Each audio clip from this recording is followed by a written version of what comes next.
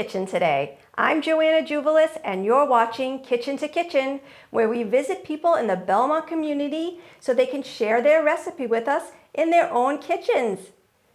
Today's guest chef is Gisèle Adechian. Welcome, Gisèle. Thank you, Joanna. Hello, everyone. Before we get into the recipe, I would love to tell our viewers a little bit more about yourself. Where are you originally from? Absolutely. Well, my name is Gisèle Adechian. I'm originally from Benin in West Africa, born in Gabon, raised in China, studied in France, and I came to the US in New York about a decade ago. And from New York, I came to Massachusetts, and I'm here since then. So you've only been in America for 10 years. A little over 10 years, yes. And what brought you to Belmont? It's actually work. Okay, well, what do you do for work? I'm a health coach, and I'm an integrative nutrition health coach here in Belmont. Well, that's right. I actually must confess, I met Gisèle Adechian recently at the opening of the Belmont Public Library. You came and you wanted to introduce yourself to the Belmont Media Studio to tell us about your cookbook that you wrote with your sister. Raw food recipes, better health, more energy, freedom from chronic illnesses. Do you want to tell everyone a little bit more about your cookbook? Absolutely. So this cookbook was actually published a couple of years ago out of personal stories. So I'm the co-author together with Solange, my sister, who is a naturopath, and I'm a raw chef and certified integrative nutrition health coach. So we wrote this book out of personal stories of reversing chronic illnesses, for myself, asthma, and for Solange, obesity. So we've been coaching for years women on ways to leverage food as medicine and lifestyle to reverse chronic conditions naturally. And this book is one step further to empowering women to take over their health naturally. It's really amazing, Gisèle. So you actually cured your asthma. Correct. By cooking a raw food, plant-based diet? That's right. And I know you also do other things like meditation, which is what you teach in your business. What's the name of your business? It's Ilera Wellness. Ilera because originally in our language it means health. So wellness, so it's Ilera Wellness is basically health and wellness. Okay. Well, what recipe are you planning to share with us? Is it from your cookbook? Actually, the recipe is the watered-down version of one in the recipe, but it's not actually in the cookbook. It's going to be a very simple recipe today. It's a raw chocolate brownie. A raw chocolate brownie. Well, how did you know that I love chocolate? I can't wait for you to try this, because this is actually gluten-free and dairy-free. All right. Well, what are the ingredients that someone would need in their kitchen to make this? All right, so I'd like to take a moment to talk about the food processor, because not everyone knows what a food processor is. So this food processor, as you can see, has two parts. The upper part, basically, when you open it, it has a blade inside, and it differs from a blender because it has an S shape. And the reason why we need a food processor today is because we are looking to have a crumbly texture for the recipe. So now we are going to dive into the ingredients for this recipe. So here I have raw cashew nuts, which are soaked for 2 hours and dehydrated, because we want to remove the fatty acid from the cashew nuts. The fatty acid is what prevents actually our digestion, right? So we want to remove it by soaking the cashew nuts for a couple hours, rinse them, and then dehydrate them. The next ingredient that we're going to use is the agave nectar.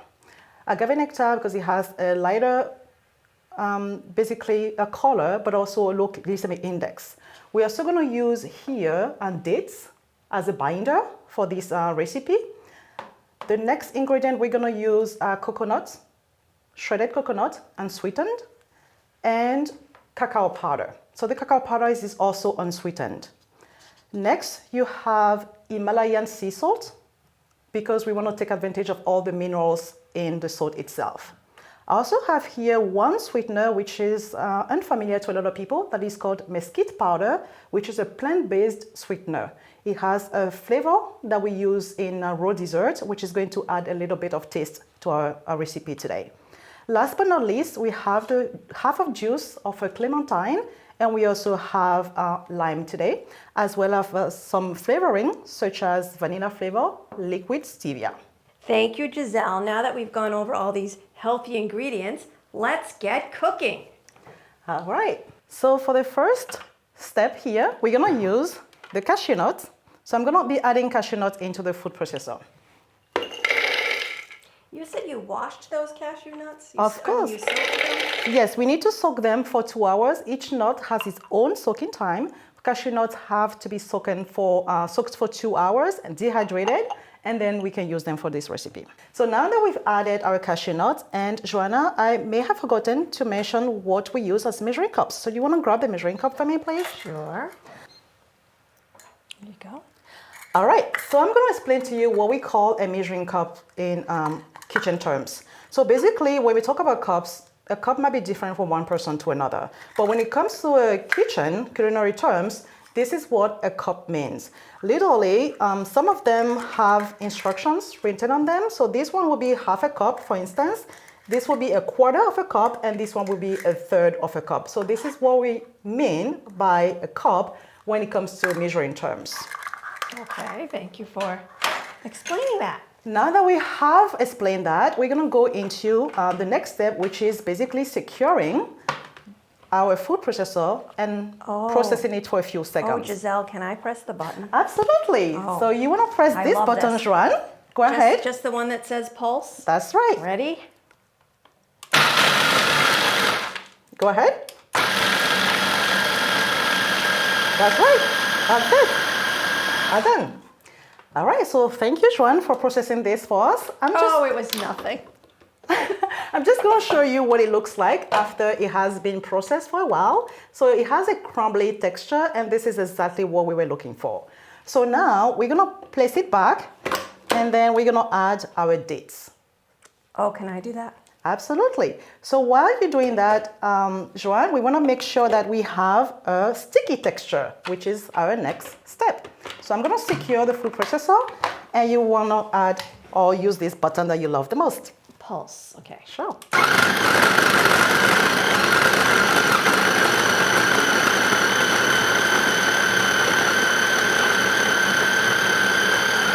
Good.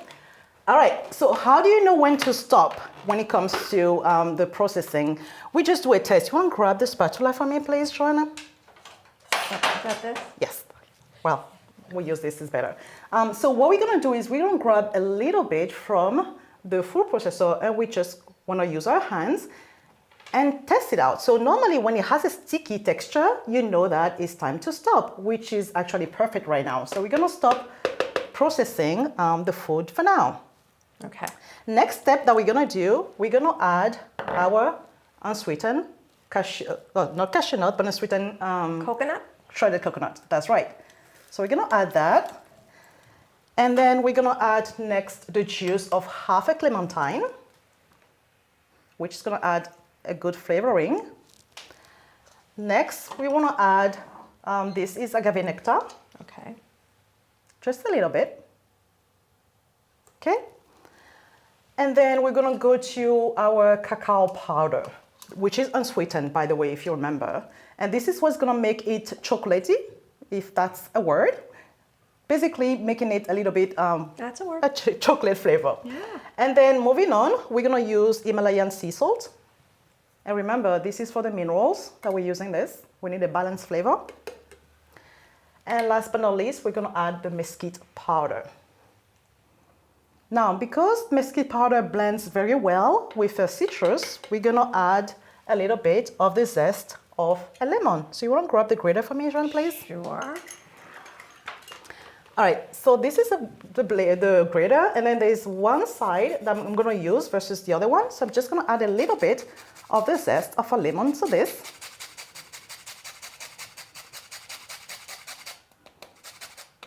And that's all we need.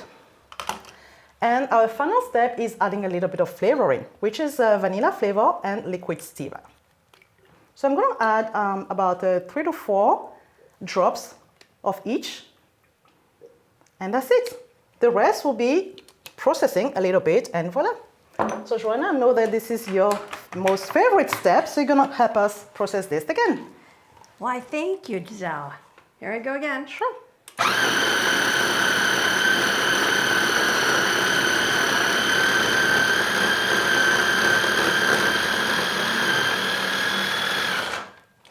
Wow, that was getting stuck there toward the end, wasn't it? Yes, this is exactly what we are looking for. So let me show you what that looks like and when you know to pause. So Joanna, as you can see, if I put it in this angle for the camera, you can see that this started to be sticky, right? And this is exactly what we're looking for because these are brownie, they are raw brownies. So we want them to start being sticky so that we can put them together. So first step, for security reasons, you want to remove the blade because I have cut myself in the past. It's not fun. So for security, you want to remove the blade first. If you don't mind, Joanna, passing the board to me. Sure. And the baking sheet. Yep. Wonderful. A little parchment paper there. Okay. Sure. So this is one of my favorite steps where we're going to put the brownie into the mold. We have a square shaped mold here. So because the brownies are sticky, I'm wearing a glove here, but you don't have to if you don't want to. So I'm going to grab a little bit of the raw brownie, add it to the mold. And Joanne, what we're going to need is we're going to need a spoon. Perfect. So the reason why we need a spoon is because we just want to flatten the surface out a little bit because the brownie is sticky. So we want to give it a shape that we want, but staying within the square shape of the mold. It smells delicious. It does. So the mesquite powder with the citrus gives it a nice flavor. If someone didn't have mesquite powder, what could they use instead? Well, they don't have to if they don't want to, or if they don't have one, they can just opt out of the mesquite powder. It's completely fine. As long as they add the vanilla flavor and the citrus, it should also be fine. All right, so now that we have flattened this out, Joanna, what we want to do is, the trick is I lift this up a little bit while applying pressure on the brownie, okay? 1, 2, 3, all set, right? So this is as simple as that, and we're gonna repeat the operation for the next ones. How many does this recipe make? So this makes 4. You have 4 nice square-shaped brownies. How long would you say it takes to make total time? Actually, total time to make this, once you have all your ingredients, should be less than 20 minutes, honestly. You can put them in the fridge for about an hour to set and then start eating them from there. But if you're also in a hurry, they're great like that right away. You can eat them right away like that. But I just like them to be a little bit cool, so I put them in the fridge for about an hour. Now, for if you want to put them in the fridge and eat them at a later time, they will sit well in the fridge for a week and then in the freezer for a month. All right, Gisèle, so now what is the final step? So the final step, Joanna, is actually the assembly. This is my favorite step because it's all about beauty. So what we're gonna do first is we're gonna cut the brownies into 2, even shape. The reason why we're doing this is because we wanna stack them. So I'm gonna stack them next by putting the parts that are cut together, okay? Then I'm gonna put a little bit of pressure on this.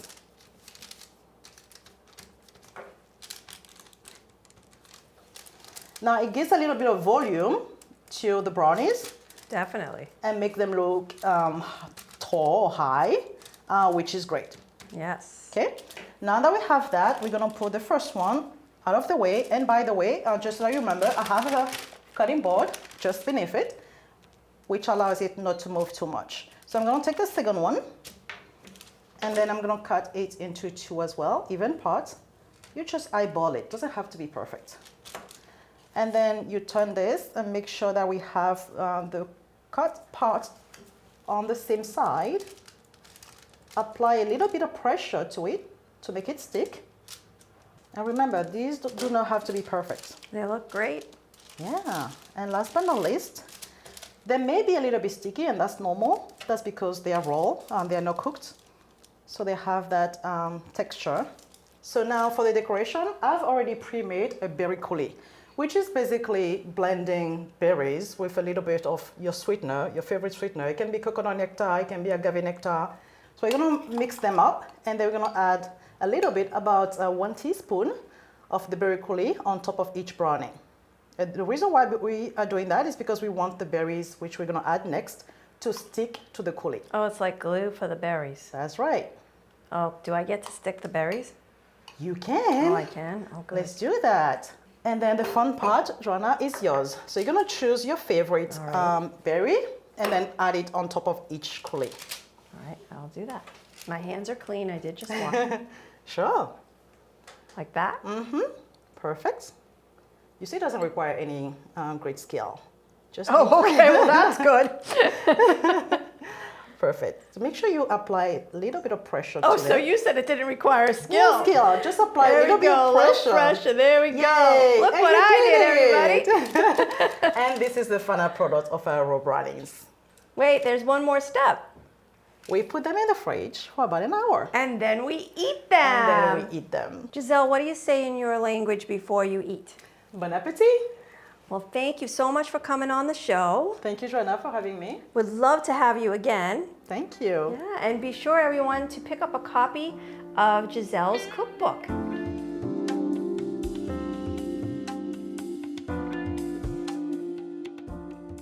Thank you so much for tuning in to Kitchen to Kitchen. If you would like to be a guest chef on our show, please email your recipe to me at joanna@belmontmedia.org. Thank you.